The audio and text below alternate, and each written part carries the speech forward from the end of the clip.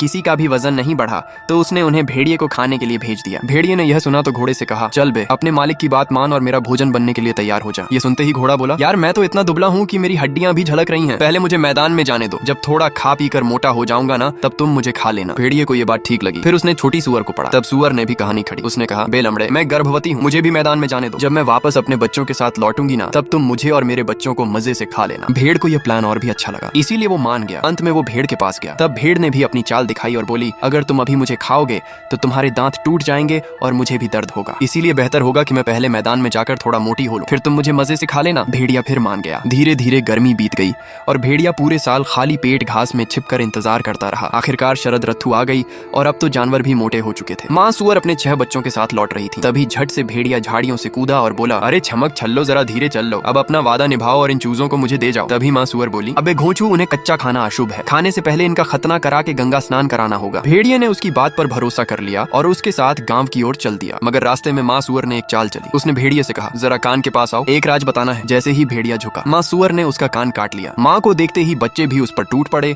और कांटे नोचते हुए वहाँ से निकल गए। किसी तरह भेड़िए की जान बची, लेकिन उनके जाते ही वहाँ भेड़ आ धमकी। भेड़िया बोला, उन सुअरों ने मुझे धोखा दिया, इसीलिए अब मैं तुझे खाऊंगा। तभी भेड़ बोली, बेओ, मुझे चबाकर खाओगे तो कल तक बवासीर के मरीज हो जाओगे। तू एक काम कर, उस गड्ढे में मुंह खोल के बैठ जा, मैं खुद कूद कर तुम्हारे मुंह में आ जाऊंगी। भेड़िए ने ऐसा ही किया। तब भेड़ ने कुछ कदम पीछे लिया और फिर अपने सींगों से उसे इतनी जोर से मारा कि भेड़िया वहीं नाच के गिर पड़ा। अब भेड़िए को समझ आने लगा कि अंधाधुंध भरोसा करना बेवकूफी है। तभी उसे घोड़ा दिखा। भेड़िया बोला, अब तुम वादा मत तोड़ना। घोड़ा बोला, अबे ढूंढूं, जस्ट चिल, मैं उनकी तरह नहीं हूँ, पर आज मुझे एक लड़के की शादी में उसका घोड़ा गाड़ी खींचने जाना है, उसके बाद तुम मुझे खा लेना। भेड़िया बात मान गया और घोड़े की पीठ पर बैठ गया। गांव के लोग आंगन में ताश खेल रहे थे। जब उन्होंने देखा कि घोड़े की पीठ पर तो भेड़िया बैठा है तो तुरंत सबने हल्ला मचाया और औजार उठा लिया। कोई फावड़ा तो कोई कुल्हाड़ी लेकर दौड़ पड़ा। इधर घोड़े ने भी जानबूझकर अपनी चाल को धीमे किया और फिर जोर से पीठ हिलाया, जिससे तुरंत भेड़िया नीचे गिर पड़ा। गांव वालों ने उसे पकड़ लिया और उसे इतना पीटा कि वो भाग खड़ा हुआ। थोड़ी ही दूर पर एक लकड़हारा लकड़ी बटोर रहा था। उसने भेड़िए को अपनी ओर आते देखा तो जल्दी से लड़कियों के ढेर में छिप गया। थका हुआ भेड़िया उसी ढेर के पास आकर बैठ गया